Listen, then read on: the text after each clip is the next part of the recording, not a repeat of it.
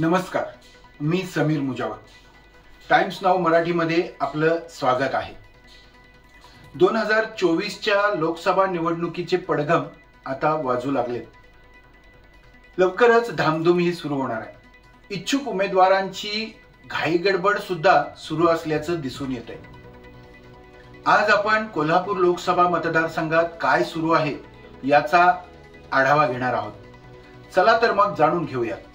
तर मंडळी, कोल्हापूर लोकसभा मतदारसंघात 2009 साली झालेल्या पराभवाचं उट्ट काढण्यासाठी छत्रपती संभाजीराजे आता दंड बैठका काढण्यात मग्न असल्याची चर्चा कोल्हापूरच्या राजकीय वातावरणात सध्या जोरदार सुरू आहे. त्याचं झालंय असं की राष्ट्रवादी काँग्रेसच्या स्थापनेपासून खासदारकी भोगलेल्या सदाशिवराव मंडलिकांनी 2009 साली शरद पवारांशी बिनसल्यानं राष्ट्रवादी पक्षाला रामराम ठोकला आणि शरद पवारांच्या वक्तव्यात म्हातारा बैल म्हणून उपहास झाला. तरीही शरद पवारांच्या छत्रपती संभाजीराजे यांना मैदानात उतरवण्याच्या खेळीला अपक्ष म्हणून निवडणूक लढवणाऱ्या मंडलिकांनी बाजी मारली आणि चक्क विजयश्री खेचून आणला. संपूर्ण महाराष्ट्राचं लक्ष या निवडणुकीकडे लागून राहिलं होतं. मात्र शरद पवारांना संभाजीराजे यांच्या पराभवानं चपराक मिळाली. पक्षांतर्गत झालेल्या कुरघोड्यांमुळे संभाजीराजे छत्रपती यांना पराभव पत्करावा लागला. ही सल मात्र संभाजीराजे यांच्या मनावर ओरखडे उडून गेली. त्यांची ती जखम अद्याप भळभळत आहे.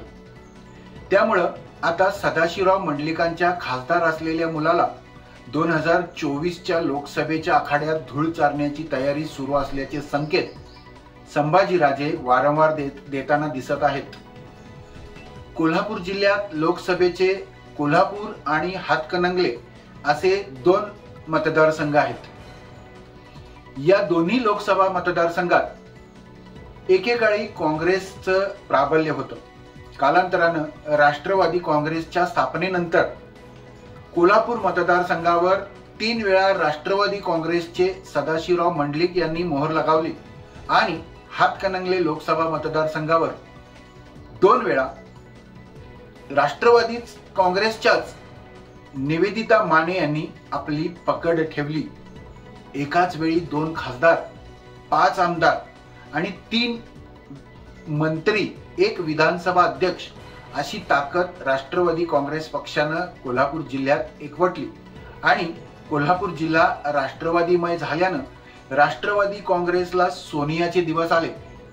मात्र बदलत्या राजकीय परिस्थितीनुसार आता 2 शकलं झालेल्या राष्ट्रवादी काँग्रेस पक्षाच्या शरद पवार गटाची ताकद क्षीण झाली आहे. अस्तित्वाची सत्व परीक्षा देण्याची वेळ या गटाकडे येऊन ठेपली. मात्र दुसरीकडे अजित पवार गटाकडे एका मंत्रीपदाबरोबर 2 आमदारही आहेत. तर सहकारी संस्था, साखर कारखान्यात बऱ्याच ठिकाणी हातमिळवणी करत जिल्ह्यातील सहकारावर पकड निर्माण करण्याचा या गटाचा प्रयत्न सुरू आहे. राष्ट्रीय काँग्रेस पक्षाकडे 4 विधानसभा आमदार, 1 विधान परिषद आमदार, 1 शिक्षक आमदार असे एकूण 6 आमदार कोल्हापूर जिल्ह्यात आहेत. जिल्हा काँग्रेसचे अध्यक्ष सतेज पाटील सध्या काँग्रेस पक्षाला ऊर्जितावस्था देण्यात गुंतलेत आणि बऱ्याच अंशी ते यशस्वी देखील होत आहेत. त्यांच्या राजकारणातील चुणूक जिल्ह्यातील मातब्बर नेत्यांना धूळ चारण्यात विजयी घोडदौड करत आहे. दुसरीकडे भारतीय जनता पक्षाचं आणि शिवसेना दोन्ही गटांचं काहीसं अधांतरी असलेलं पारडं लक्षात येण्यासारखं आहे.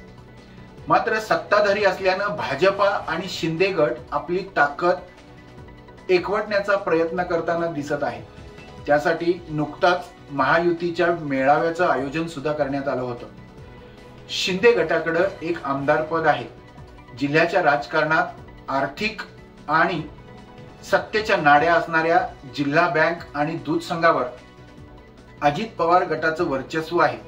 दूध संघावर पक्ष फुटी आधी काँग्रेस बरोबर असणारे हसन मुश्रीफ यापुढे आता काय निर्णय घेणार आहेत याकडे मात्र लक्ष लागून राहिलंय.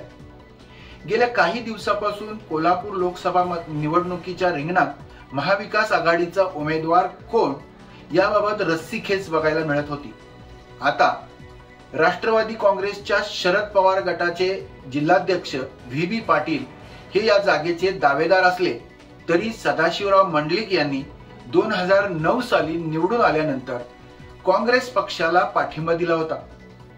त्यामुळं आता या जागेवर काँग्रेस पक्ष सुद्धा दावा सांगू लागलाय. तर अधूनमधून श्रीमंत छत्रपती शाहू महाराज यांचं नाव सुद्धा चर्चेत येताना दिसतंय. तर शिवसेना उद्धव ठाकरे गटाचे नेते आणि कार्यकर्ते मात्र पक्ष देईल त्याला निवडून आणण्याचा निर्धार असल्याचं सांगू लागलेत. मात्र हा निर्णय राज्य पातळीवर होणार असल्यानं आता तरी 2024च्या लोकसभा निवडणुकीत कोल्हापूर लोकसभा मतदारसंघात कोण उमेदवार हे सांगणं अद्याप कठीण आहे. इकडे राष्ट्रवादी काँग्रेस आपला दावा सांगत असताना काँग्रेसचे जिल्हाध्यक्ष सतेज पाटील यांनी एक मोठी गुगली टाकली आणि आमचा सरप्राईज उमेदवार असेल असं सांगूनही टाकलं. संभाजीराजे छत्रपती यांनी सुद्धा 2009चा पराभव अजून मी विसरलो नाही असं सांगत कोल्हापूर, नाशिक आणि संभाजीनगर या 3 पैकी कोणत्याही एका जागेवर निवडणूक लढवण्याचा निर्धार केल्याचं सांगितलं. सतेज पाटील आणि संभाजीराजे यांनी केलेल्या या विधानांमुळे भल्याभल्यांच्या मनात चलबिचल सुरू झाली. विद्यमान खासदार संजय मंडलिक हे 2019 मध्ये शिवसेना भाजप उमेदवार होते आणि राष्ट्रवादीच्या धनंजय महाडिक यांचा पराभव करण्यासाठी सतेज पाटील यांनी आडवाटेनं जाऊन आमचं ठरलंय या एकाच टॅगलाईनचा वापर करून संजय मंडलिकांना भरघोस मताधिक्य देत विजयापर्यंत जाण्याची चांगलीच रसद पुरवली.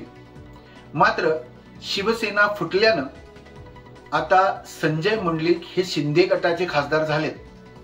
पुन्हा त्यांनाच उमेदवारी मिळणार असल्याचे संकेत जिल्ह्याचे पालकमंत्री असणारे आणि अजित पवार गटात महत्वाची भूमिका निभावणारे नेते हसन मुश्रीफ यांनी दिलेत.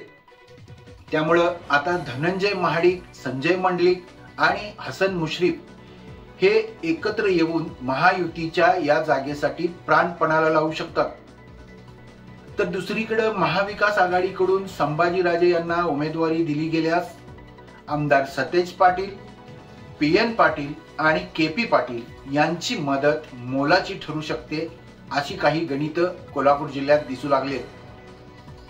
गोकुळ दूध संघाचे संचालक असलेले आणि उच्च शिक्षित म्हणून थायलंड सरकारच्या आर्थिक सल्लागार पदावर काम करत असलेले डॉक्टर चेतन नरके यांनी तर आपल्यालाच महाविकास आघाडीची उमेदवारी मिळाल्याचं जाहीर करून टाकत लोकसभा निवडणुकीचा प्रचाराचा नारळही फोडलाय.